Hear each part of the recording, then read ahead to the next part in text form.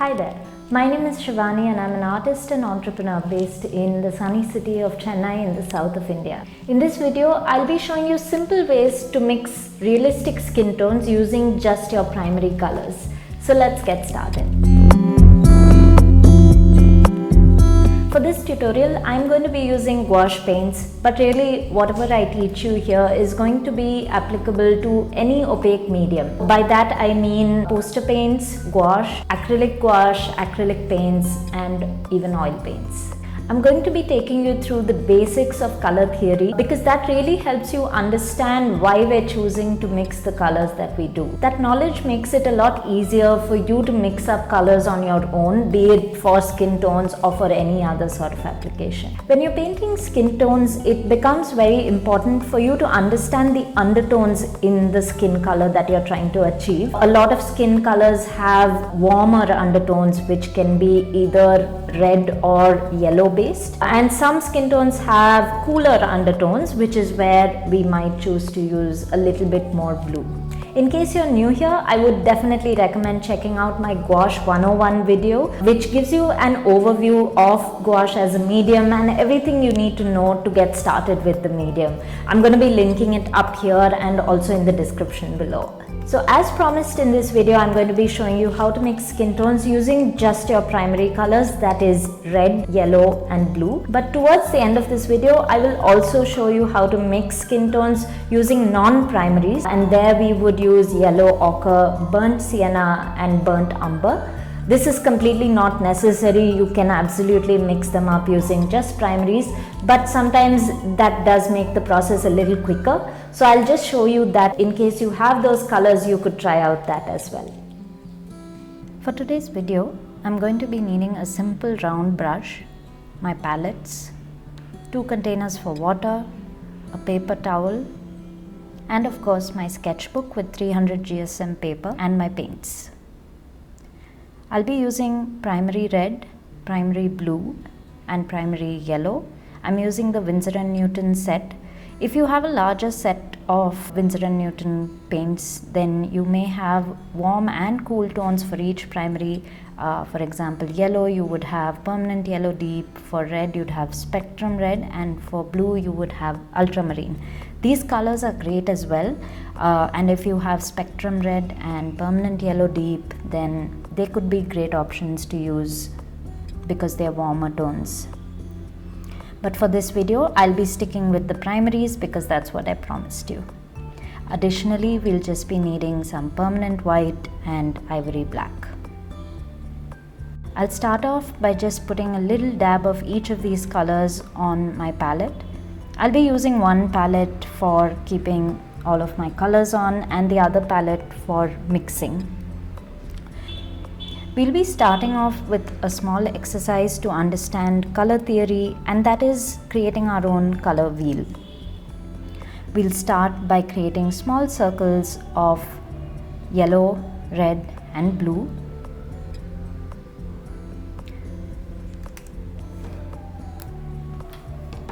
Make sure you're putting them in a triangular formation so that you have space for your secondary colors. And let's start mixing up our secondaries. First, we'll take equal parts of red and yellow to mix up orange. We'll put that between the 2 primaries. We'll then mix up some blue and red to create purple. And finally, we'll mix blue and yellow to make green.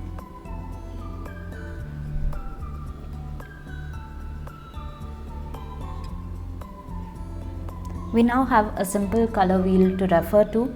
In case you used different shades of primary, if you used a different brand, or even if you used different primaries of Winsor & Newton, you'll find that your chart looks slightly different because of the base tones being different.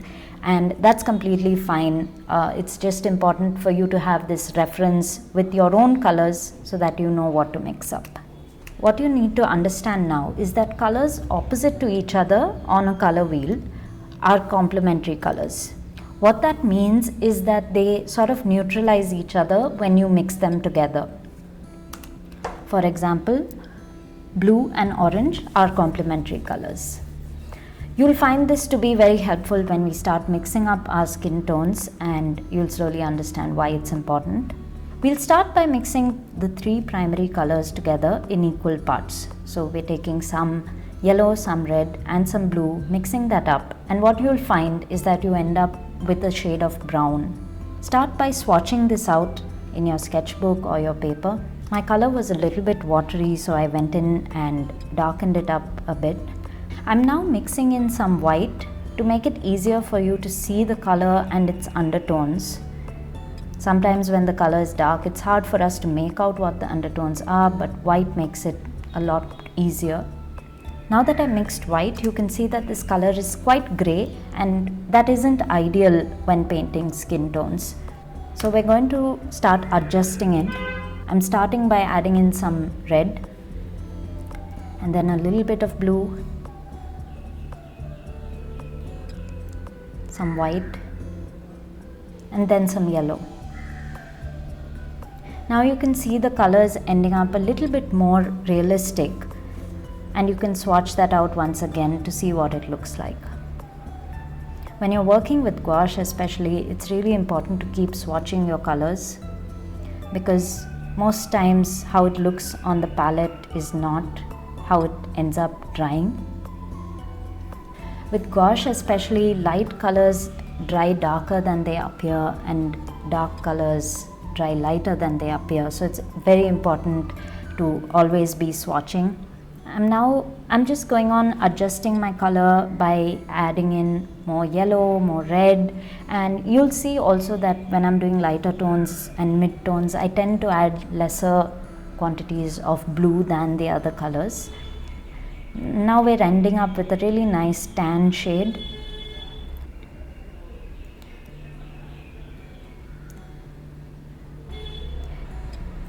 You need to keep playing with your colors, adjusting them to reach the desired outcome.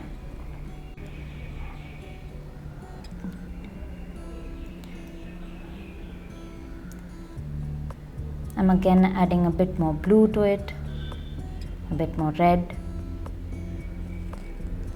and swatch that out. Now I'm going to try doing a few light shades. I'm taking much more white, swatching that, now adding some more red and yellow to it and painting that out, and we end up with a nice peachy fleshy color there. Adding in some more white again, and like I said, you need to be really careful with gouache, because to achieve very light tones you need to add quite a lot of white, and the colors look very light on the palette, but once they dry darker.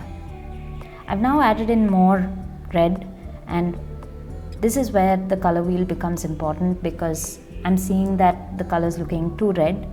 To neutralize that, what I need to do is add some green, and to do that I add in blue and yellow because they form green, and that helps me dull out the color a bit, bring it a bit more closer to the base brown shade. Again adding in some more of this green tone, and the reverse is true as well. Now I find it a little too green, so I'm adding some red to neutralize that, and just keep adjusting, keep trying to create warmer tones, cooler tones, add some white. I'm just showing you multiple examples, but the possibilities are really endless. You can completely vary your hues and shades by adding more or less white according to what you're trying to accomplish with the colors. You can make it warmer by adding a little bit more red and yellow, so you're essentially adding more orange to it. You can make it cooler by adding more blue, and you can make it more saturated just by adding red alone. Now we're going to try a small variation on our base color. For our first swatch, we mixed equal parts of red, yellow and blue, but this time we're going to see what happens when we add these three colors in different proportions. So first I'm going to try doing 2 parts of red with one part of yellow and one part of blue, as opposed to the initial 1:1:1 that we did, you'll see that the color we end up with is again a deep brown but a lot more reddish. And now let's try something similar but with a higher portion of yellow.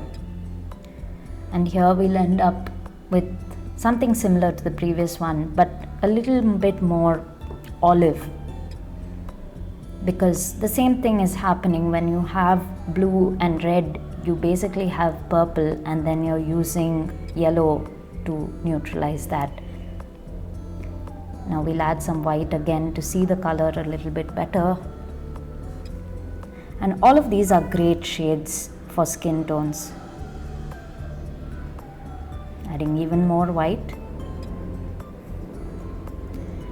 The final activity that we're going to do here is to see what happens when we add black. So we're again going to start with the 3 primaries, but this time instead of adding white to it, we're going to add black. When you're adding black to your colors, make sure you don't add white as well. You want to either do white or do black, because if you do both, then it ends up very gray and muddy. Of course, the colors here, you can see on the palette that they're really dark shades of brown, but on the paper somehow they're not looking like brown, they're looking blackish, but there's actually a lot of variation that's happening there. So we're creating multiple shades of very deep brown just by adjusting the proportions of our 3 primary colors and black.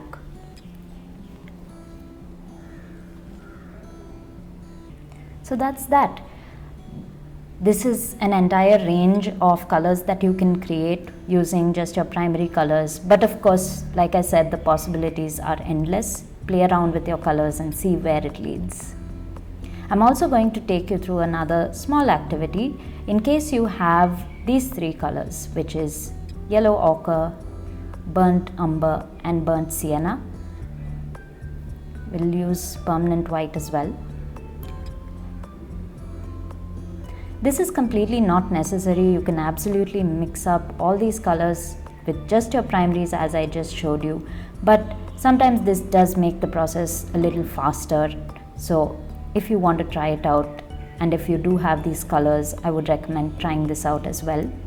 We started off by just mixing some burnt sienna into white with some yellow ochre, and now we're just increasing the proportion of yellow ochre and burnt sienna in that. When I want to make it darker, I'm adding in some burnt umber. So we start getting duskier tones once we do that. Just keep adding more in, keep adjusting the 3 colors. There's really so much you can do.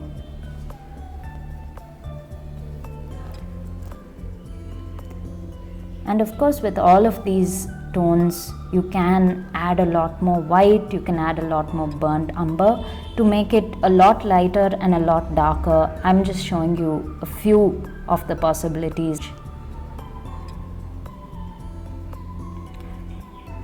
So those were our different skin tones. We created the first set using our primary colors, white and black, and the second set using yellow ochre, burnt umber, burnt sienna and white. I hope you learned a lot through this activity, and I'm leaving links in my description to all of the materials that I used in this video in case you want to check any of them out. I hope you found this video helpful. The most important thing is to play around with your colors, not feel intimidated by them, and just keep adjusting them. You should now be able to create an entire spectrum of skin tones. I have so much more content coming soon, including detailed videos on color theory. Next week, I'm going to be explaining the differences between expensive and budget gouache, and I'm going to be testing out a few different brands. So make sure you hit the subscribe button so that you don't miss it. I'm also leaving the link to my Etsy store where you will find some of my best artwork available as instant downloads, and the link to my website where you can subscribe to my newsletter to stay updated on everything that's happening with me. If you have any questions or feedback, please leave them in the comments below. I absolutely love hearing from you. You can connect with me on Instagram as well. All the links are left in the description. So I'll see you next time. Please take care, have fun and stay creative. Bye.